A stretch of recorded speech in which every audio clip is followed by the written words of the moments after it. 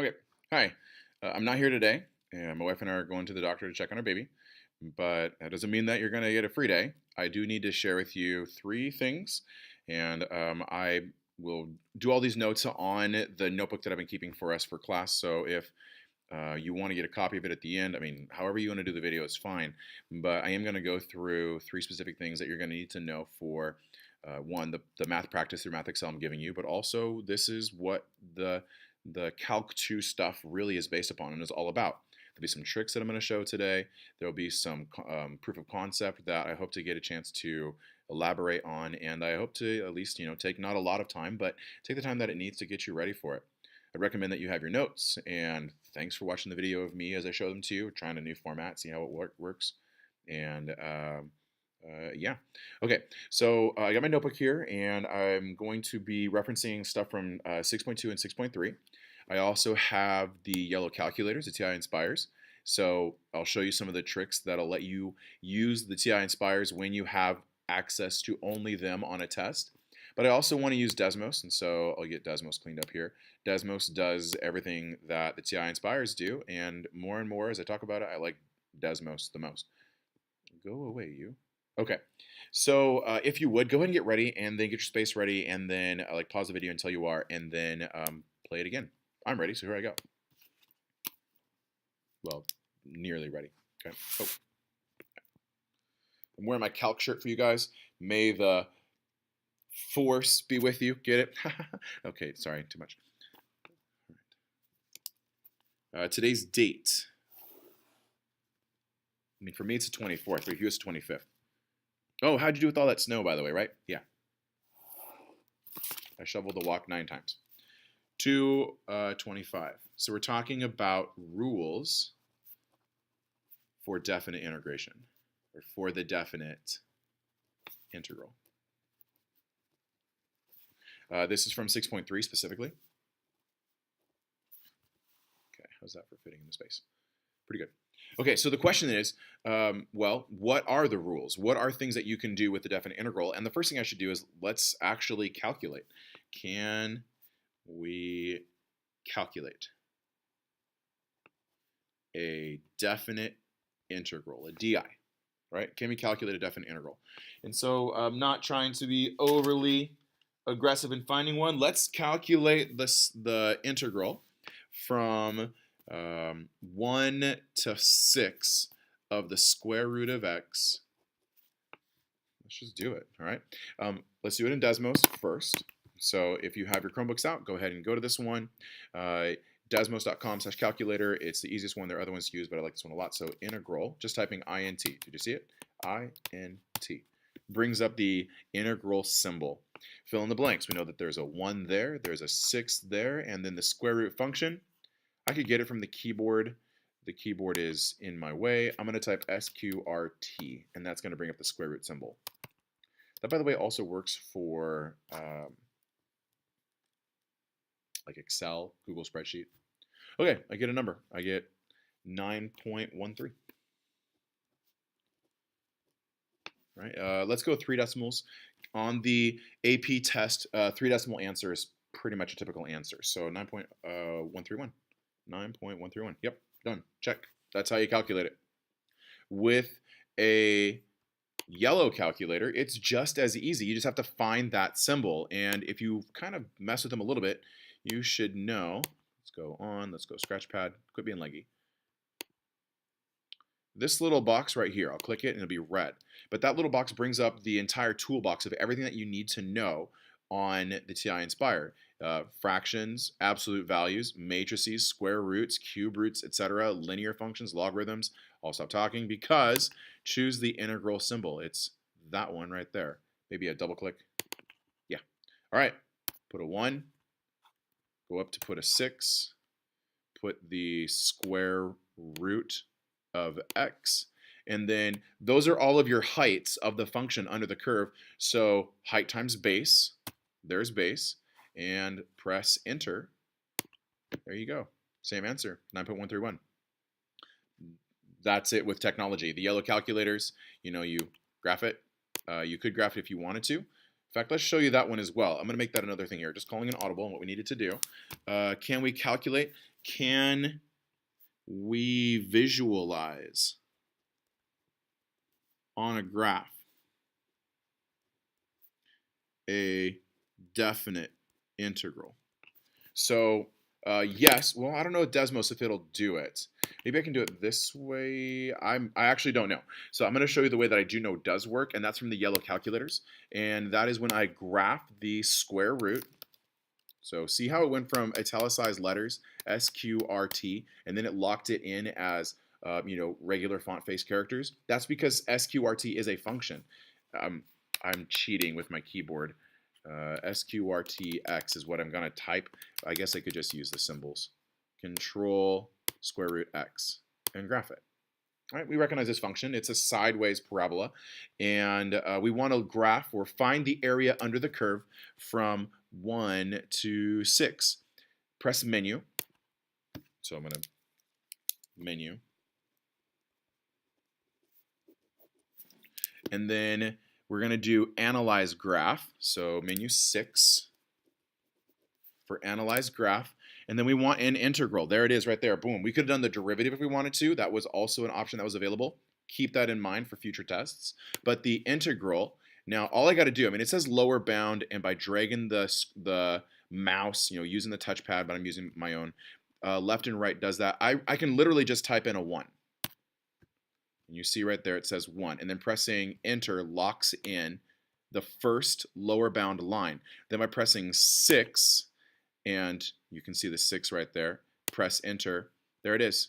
The area under the curve, 9.131. But it's literally, can I zoom in on that? I'm going to try this and if this works. I did something on my screen. Maybe it worked on yours. Maybe it didn't. But the point is I'm trying to zoom in on this gray area so it becomes really clear what's there. That's the area under the curve.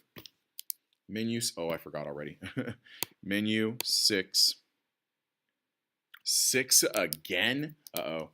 This sounds suspicious. And then, oh, that's it. Yeah, menu 6. And the lower bound and upper bound are just numbers that you can type and press the enter button. Type the lower bound first, type the upper bound second, and you're done. Checking something out, doing mathematics. What if I go 6 is the lower bound and 1 is the upper bound? It might have made it negative. It did. Okay. So that actually lets me call the second audible of this here, and that is, I mean, we're just off the cuff right now. Thinking about a definite integral, are there rules that we have to know about and follow? If you want a list of the rules in the book, it's around page 280, 290. 289. If you want a list of the rules so you can see them later, 289. But I'm going to go ahead and list them here. And feel free to let me write them all and then skip, although I'll probably talk about them along the way. My question is, what are some rules to remember for definite integrals? What are definite integral rules? Okay, here's the first one. And it's based upon what we just did. If you have an integral that goes from a to b of a function, I don't know what that function is. There's some things, maybe it's continuous, differentiable along all of its x values. It's bounded by a and b, so it's closed and bounded. There's some things there. But if you flip b and a, you have to make the function negative. Or it's what it does. It makes the volume, it makes the area, again, stick with area. It's going to make the area be the exact opposite of what it was. That's a rule. That's a rule right there. Switching the bounds gives you like the negative. So yes, it's moving in the opposite direction, but it's also like it turned and looked at the function from the other side. Rule number 2. If you have a function and it goes from a to b,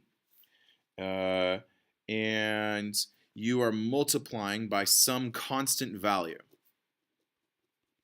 Right? So inside the function itself is a number. Like let's say it's 2x squared. F of x equals x squared. So 2x squared means everything has been doubled. You can just pull the constant out front, continue with the definite integral, get your answer. Easy peasy. There it is. That kind of also works with the minus sign. If you have the negative, like a constant number could be negative. So I'm going to put a plus minus here, squeeze it in if you have room. If not, rewrite it, squeeze it in. But the fact is, like, -1 is a constant. So a minus sign of -2, negative x squared, could be rewritten so that you have -1 times. It's a constant. It can be pulled out to the front of the definite integral. Here's another one. And this one, maybe think about it for a minute before you're like, oh yeah, for sure. But what if you're talking about going from A to A, like going from 1 to 1? What's the base width if you're going to start at 1 and stop at 1 and you're making a rectangle because it's the area under the curve? It's 0, right? Base times height, when one of them is 0, means that the actual area under the curve, yeah, we call this just the 0. You zero out the integral. This is something that actually catches students in a statistics class when they talk about the area under the normal curve, which uses integration. And in AP Stats, we don't talk about calc things at all, so we don't really address this. But you can see this used when you talk about the probability of being at exactly a 29.2% chance of winning the game. Well, the probability of getting that is essentially 0. So yeah, cool. If you talk about a range of numbers, well, that's where this A to B definite integral idea helps us out in a stats class. Okay. We also have this opportunity here. We can look at what's inside. So this is the sum or difference rule. We had this rule for derivatives, and we use it all the time with the powers rule of x squared plus x plus 1. What's the derivative of x squared plus x plus 1? It's easy to do. You just derivative of each piece. But it's also easy to do if you have that happen in an integral. So if you have f of x, and you're adding or subtracting, whatever, another function, and there could be more here, but let's just do 2 for the moment. This is the same as if you split them, where you look at from a to b of f of x, and then you add to that the integral from a to b of g of x. So you can take what's inside the definite integral, like this function plus this function, and you can rewrite it as the actual complete integral of one function, definite integral, keep my language right, and add or subtract whatever you're doing with the other function, its own definite integral all the way out.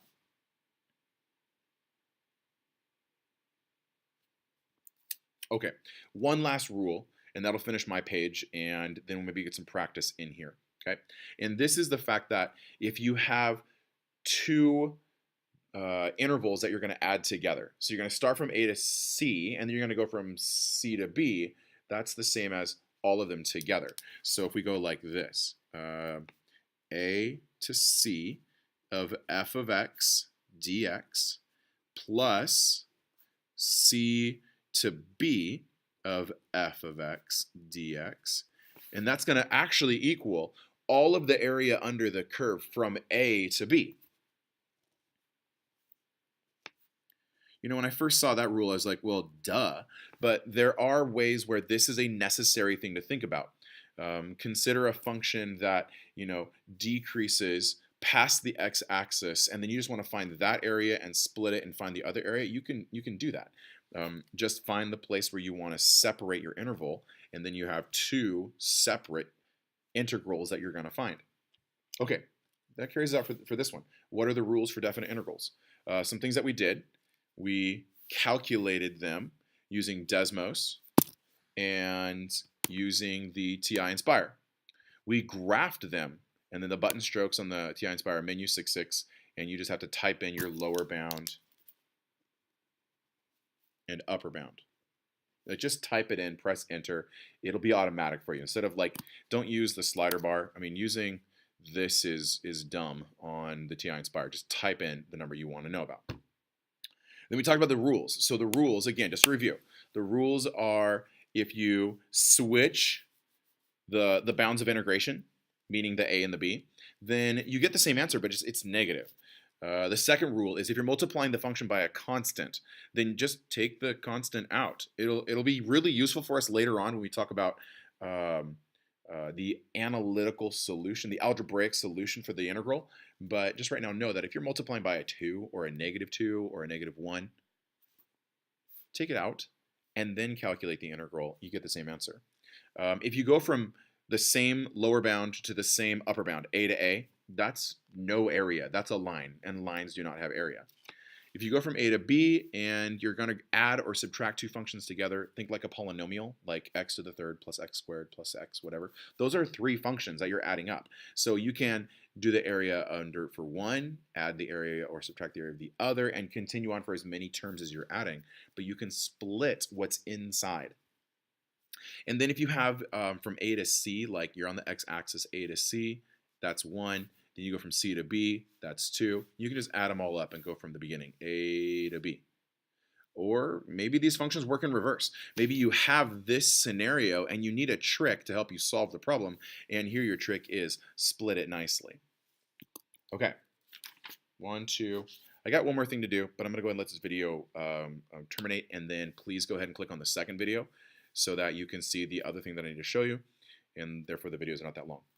More views. Okay.